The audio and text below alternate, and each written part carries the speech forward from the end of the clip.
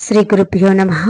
మీరు నమ్ముతారో లేదో, అగ్నిని చేతితో గాని, చాటతో గాని, చర్మ నివృత్తులతో గాని అగ్నిని విసరకూడదట. ఎందుకంటే అగ్నిదేవుడు బ్రహ్మమానస పుత్రుడు.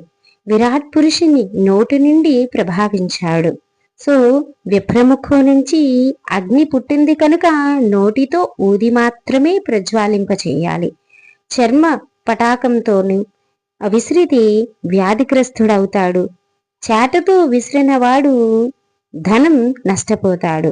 చేతితో విసిరినవాడు మృత్యువాత పడతాడు. కనుక నోటితో ఊది మాత్రమే కర్మసిద్ధికి ఉపకారము అని క్లియర్గా మనకి దేవీ భాగవతంలో స్పష్టంగా తెలపబడి ఉన్నది. దేవీ భాగవతంలో 9వ అధ్యాయంలో వైశ్వాదేవ్యం అని భాగంలో మనం చక్కగా దీన్ని గమనించవచ్చు. అలాగే మనకి అగ్నిదేవుని గురించి ఋగ్వేదంలోను అధర్వణ వేదంలోని వివరంగా మంత్రాలు కూడా కనబెడుతూ ఉంటాయి. అలాగే విష్ణు పురాణము అగ్నిదేవుని పుట్టుక గురించి, సంతానం గురించి వివరంగా చెప్తుంది. అగ్ని పురాణము, బ్రహ్మ పురాణము, బ్రహ్మాండ పురాణము, స్కాంధంలోనూ ఆయన ప్రభావం గురించి వివరణ ఉంటుంది. అగ్నిదేవుడు ఎవరు? అగ్నిదేవుడు బ్రహ్మమానస పుత్రుడు.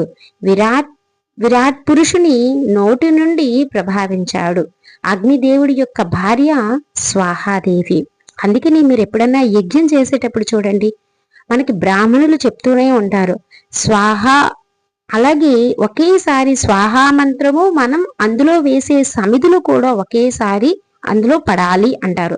స్వాహా మంత్రంతో పాటు సమిధులు పడితేనే ఆ యొక్క అధిష్టాన దేవతలు వాటిని స్వీకరిస్తారని